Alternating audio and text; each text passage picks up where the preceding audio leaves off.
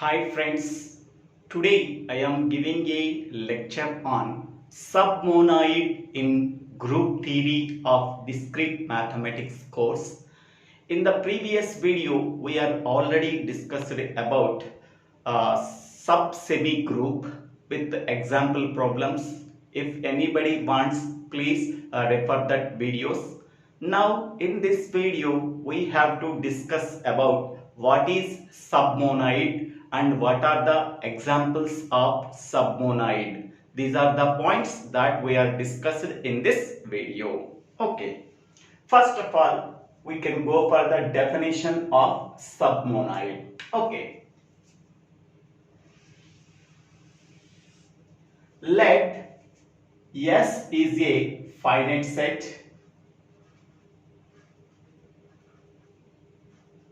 and star is a binary operation performed on the elements of set S. Now S comma star is said to be monoid.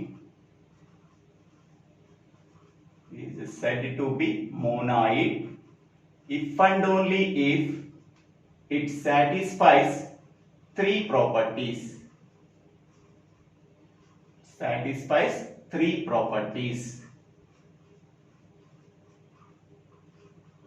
First one is closure property.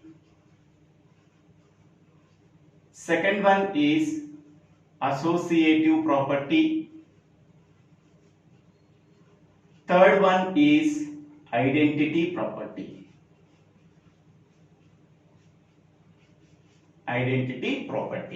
So whenever S comma star satisfies these three properties with respect to the operation star, hence we can say that S comma star is said to be monoid. Okay. Now we can go for T is a finite set, star is the binary operation performed on the elements of capital T. Now T is a subset of S.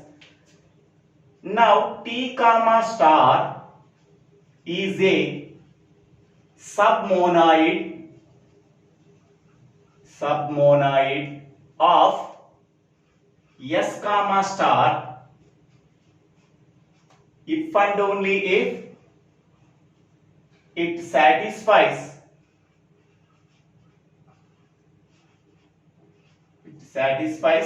two properties. So first one is closure property.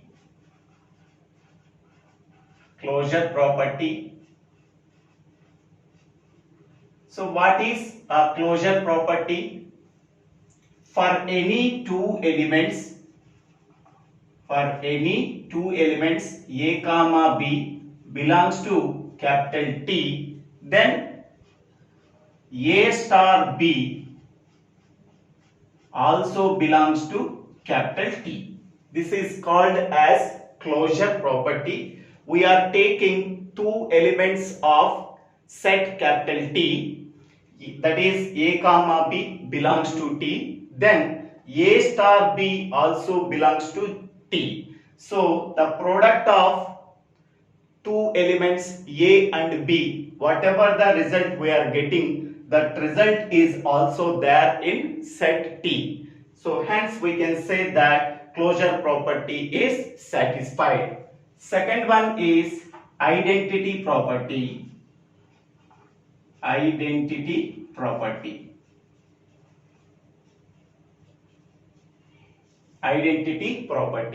So here for any element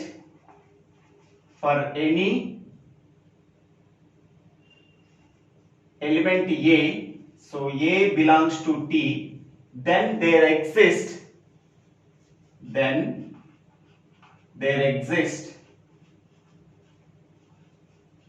another element, that is E belongs to also T. So then A into E is equal to E into A is equal to A. Okay, so this is called as identity property. Okay, so for any element A, that element belongs to capital T, then there exists another element small e also belongs to T, then A star E is equal to E star A is equal to A. So that element is multiplied with capital E, that is equal to E is multiplied with capital A, that is equal to A. Okay, so this is called as identity property. So whenever capital T with respect to the multiplication operation satisfies these two properties, one is a closure property and second one is identity property, hence we can say that T comma star is a submonoid of S comma star. Okay, so therefore T comma star is a submonoid of S comma star, because T comma star satisfies two properties with respect to the multiplication operation. So they are closure property and second one is identity property. So hence we can say that T comma star is a submonoid of S comma star. Okay, so this is the simple definition of monoid, and this is the entire definition is nothing but submonoid definition. Okay, now we can go to this definition. Once we are explaining all the terms, we can go to the definition. Let S comma star is a monoid. Okay, S comma star is a monoid and T be a subset of S.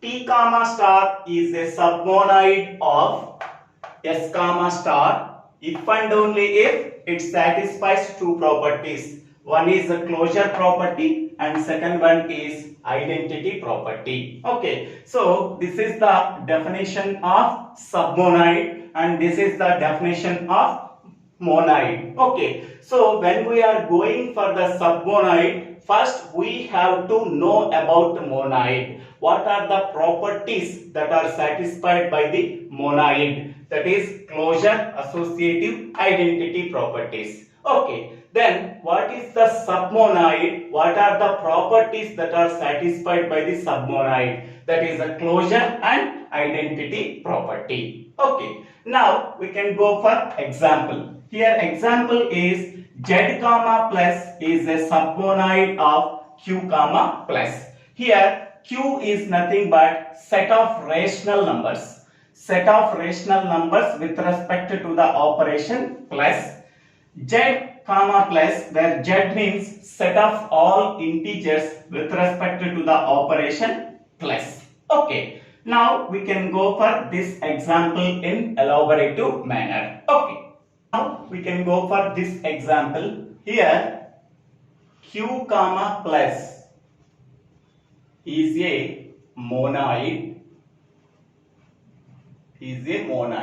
Okay, so Q is a set of rational numbers with respect to the operation plus. Okay, it satisfies three properties: closure property, associative property, identity property. Okay, now here Z comma plus is a submonoid of Q comma plus.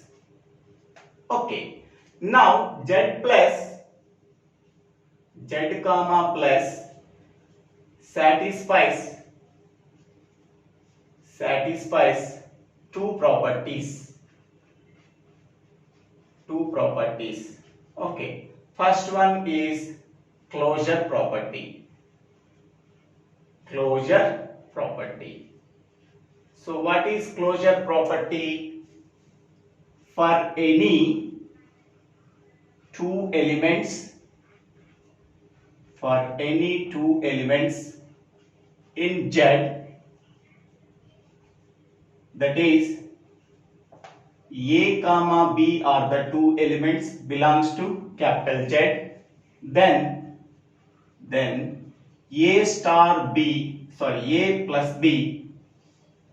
A plus B also belongs to Z. Okay, suppose Z is equal to, for example, -2, -1, 0, 1, 2, etc.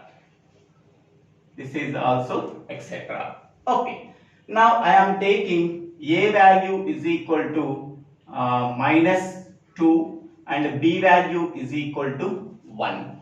Okay, so here A comma B belongs to Z, -2 also belongs to Z, 1 is also belongs to Z. Then A plus B also belongs to Z. That means A value is -2 plus B value is 1 also belongs to Z. That is -2 plus 1, that is a -1, -1 belongs to Z. Okay, so therefore it satisfies closure property. It satisfies closure property. Closure property. Okay. Next, the second one is identity property. Identity property. So what is identity property? Okay. So A is an element for any element A belongs to Z. For any element A, comma, A belongs to Z. Okay. Then there exists another element. There exists another element, that is E. E also belongs to Z. Okay. So then A plus E is equal to E plus A is equal to A. Okay. So with respect to the addition operation, okay, what is the identity element? E. E is equal to 0 with respect to the addition operation plus. We already know that. Okay. So E is equal to 0. Okay. Suppose I am taking A belongs to here 1. A belongs to 1. Okay. Sorry, A is equal to 1. So 1 also belongs to Z. Okay. Now A plus 0. Sorry, A plus E. A plus E is nothing but A plus 0. So that is A value 1. 1 plus 0 is equal to 1. That is equal to A. Okay. So it also satisfies the identity property. Okay. It also satisfies. Therefore, it satisfies identity property. Identity property. So whenever it satisfies both closure property and identity property, hence we can say that Z comma plus is a submonoid of Q comma plus. So therefore I am writing here, therefore Z comma plus is a submonoid of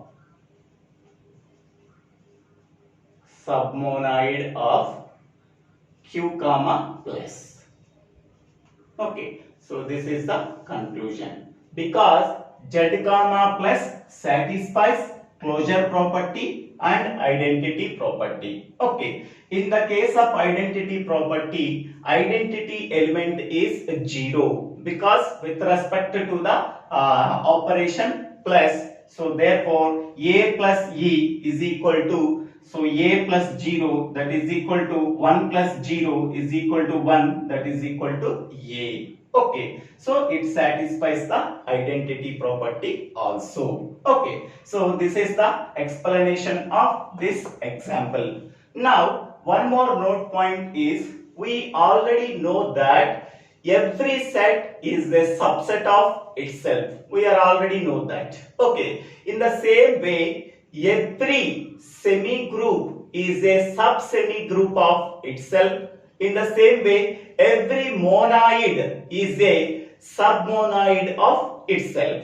Okay, so according to this one, every set is a subset of itself. Okay, in the same way, it follows that every semi group is a sub semi group of itself, and also every monoid is a submonoid of itself. Okay, this is very important point. Okay, so this is the explanation of submonoid. So thank you for watching this video. If you like this video, please share this video to your friends and classmates.